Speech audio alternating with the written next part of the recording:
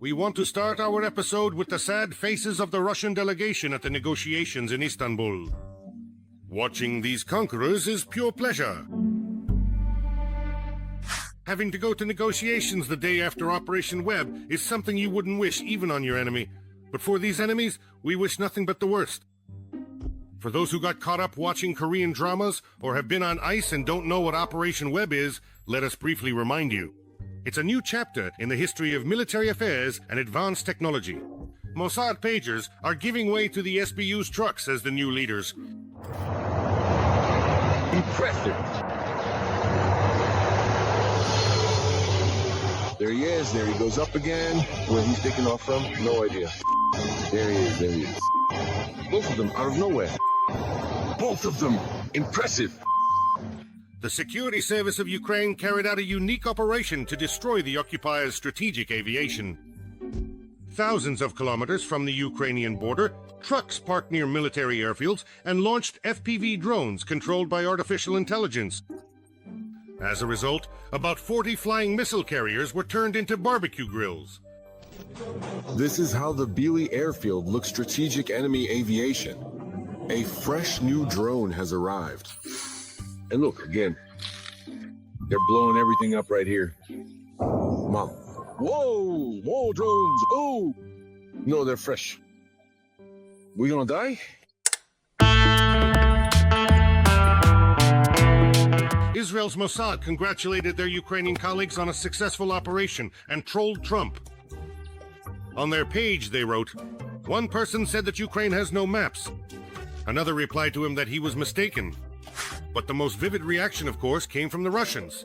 Here, the sacred soul couldn't hold back its emotions. We got it handed to us today. We got slapped in the face today in Irkutsk. They showed their strength. They showed their strategy, that they're getting things done. They spat in our faces once again. They spat right in the face of our intelligence. We're all suckers. A sucker isn't just a fan of Omsk hockey. Being a sucker is a way of life. BT Woo. Solovyov live on air called for the last soldier to be shot. Just imagine, there was an explosion in Irkutsk, but the real meltdown happened in Ostankino. An idiot who shows up here and films conscripts. Can we shoot this conscript? Just take this scum out and shoot him in front of the formation, like a traitor to the motherland. So the Russians went to the negotiations, darker than darkness, quieter than silence. Putin himself, as always in a crisis situation, He simply vanished without a trace? they started putting canned footage on air instead of him. Even Medvedev, that pickled excuse for a human being, kept silent. He no longer screeched about piglets in the kennel or threatened the world with Armageddon. He just drank in silence, locked away in the bathroom. And do you remember how the orcs used to swagger before that? They threatened to seize 2 more regions. Putin was raving about a sanitary zone and the occupation of Sumy. In the propaganda studios, they destroyed 12 Parises, wiped 20 Britons off the face of the earth, and conquered Ukraine 150 times. And that was just before lunch. Zhenya, you need peace. I need peace. Everyone does. No, we need victory. We need victory. If achieving this goal means that the Nazi regimes and the political elite supporting them must cease to exist, then so be it. We have no objective to preserve the Ukrainian political nation. But we don't say it. Exactly. That's why we don't need peace. The consequence will be further military actions, losses of our own. Very good. I'm just now, Georgi Bukhnevich. Losses are good here. No, losses are always bad. But the fact that we will certainly continue our special military operation, what's so bad about that? Moscow continued to behave arrogantly and set impossible conditions before negotiations. They refused in advance to give Kyiv their memorandum with peace initiatives. Instead, at the UN, through the mouth of the bold Humpty Dumpty, they demanded that Ukraine disarm. As we have stated, demilitarization is one of the goals of our special military operation, and it will be achieved either by military means or through negotiations in such a way that Ukraine will no longer pose a threat to Russia. Obviously, the new Istanbul negotiations once again became a formality and an attempt by Moscow to buy time. It seemed that Ukraine would refuse to take part in this farce. But Kyiv agreed to participate because it was well prepared and, a day before the meeting, demonstrated to the whole world and the Kremlin that it was not only not losing the war, but was taking it to a higher technological level. After Operation Web, it was worth going to the negotiations if only to see the expressions on the occupiers' faces. What is happening? This is just madness. We also have more effective tactical solutions. Our Operation Web yesterday proved that. Russia must feel the cost of its losses. That is exactly what will push it toward diplomacy. The negotiations did take place after all. Medinsky was no longer threatening or shouting that he was ready to fight endlessly. The Russian delegation even waited humbly for an hour and a half for the Ukrainians, who were meeting with the Turks. The outcome of the meeting was exactly the same as last time. The orcs refused a prolonged and unconditional ceasefire. They mumbled something about a 2 or 3 day truce, but were sent off after the strategic bomber. They do not see the issue of a ceasefire. So what are they willing to do? A 2 or 3 day ceasefire, just to collect their dead from the battlefield. I think they're idiots. Because the whole point of a ceasefire is to prevent people from being killed in the first place. So do you see their attitude? For them, it's just a brief pause in the war. Moreover, Defense Minister Umarov, looking into the shifty eyes of the Kremlin negotiators, stated that if they had agreed to peace last time, their planes would have remained intact. The Grinch got a wonderful, truly awful idiom that was both clever and mischievous. This was a very subtle hint, quietly suggesting that if the Russians once again refuse to accept peace this time, then who knows what else might end up exploding or causing trouble on the swamp's territory. The rude people behaved a bit more modestly. Well, we'll see.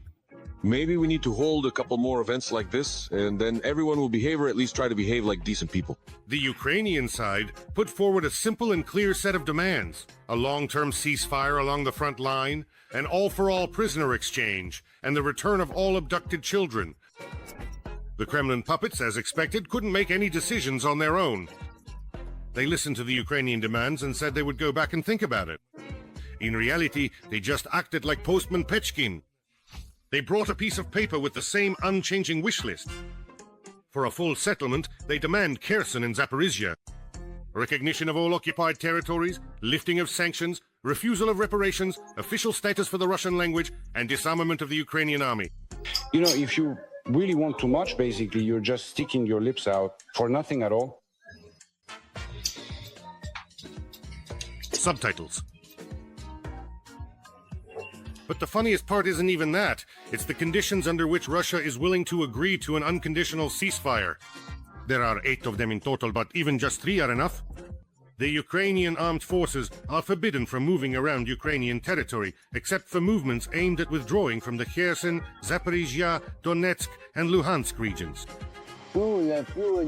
Ukraine must also withdraw its troops from the Russian border. In other words, voluntarily create that very buffer zone. On top of that, there's a halt to mobilization and the supply of Western weapons. And there's also a clause about renouncing sabotage activities. Apparently, they added that just yesterday, in light of the burning strategic bomber, even the most die-hard Trump-supporting hedgehog can see that this is nothing but a slap in the face to any peace initiatives. Every point of their so-called memorandum is impossible to fulfill. Basically, no one expected anything different from them, perhaps except for the American administration.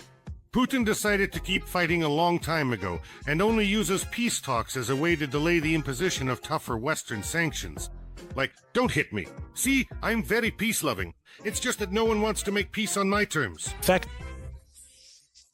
that they are once again expressing concern for the Russian-speaking population looks very strange, because they have destroyed and are continuing to destroy on a massive scale regions in the east of our country where the majority were Russian-speaking or Ukrainian and Russian-speaking people. So this looks like PR and an ultimatum, a bloody PR campaign on the part of the Russian side. Kyiv continues to take part in this charade only because it's an opportunity to bring its people home. Once again, the only positive outcome from the negotiations is a major prisoner exchange. They agreed to exchange everyone for everyone, the severely wounded and young people up to the age of 25. Our agenda is a meeting of the leaders. We have agreed on the exchanges, and we will announce the details soon. We focused on those who have been seriously injured, those who are ill. We focused on categories of young people and other groups. They also agreed to exchange the bodies of the fallen, 6,000 for 6,000. And here, the animalistic nature of the Kremlin regime was revealed to the fullest. They declared that they are returning the bodies of Ukrainian soldiers unilaterally. After all, they have no losses. Everything is going according to plan. They write off their losses as missing in action and deserters. And those who are actually acknowledged as killed in action, they pack up and distribute in small batches so that they go unnoticed across their vast homeland. But here, just imagine having to deliver 6,000 coffins all at once throughout the entire country. For the Kremlin ghouls, it's easier to abandon their own boys in body bags and leave them to rot in a foreign land, just so they don't tarnish the image of their pale geostrategist. Against this backdrop, all their immortal regiment marches and their pompous babbling about respect for veterans and defenders of the homeland look especially blasphemous. The Kremlin treats people like ground meat, which is why it's ready to keep fighting. That's also why it doesn't want peace. As long as the sheep keep going to the slaughter, they can wage war even without any real goals or meaning.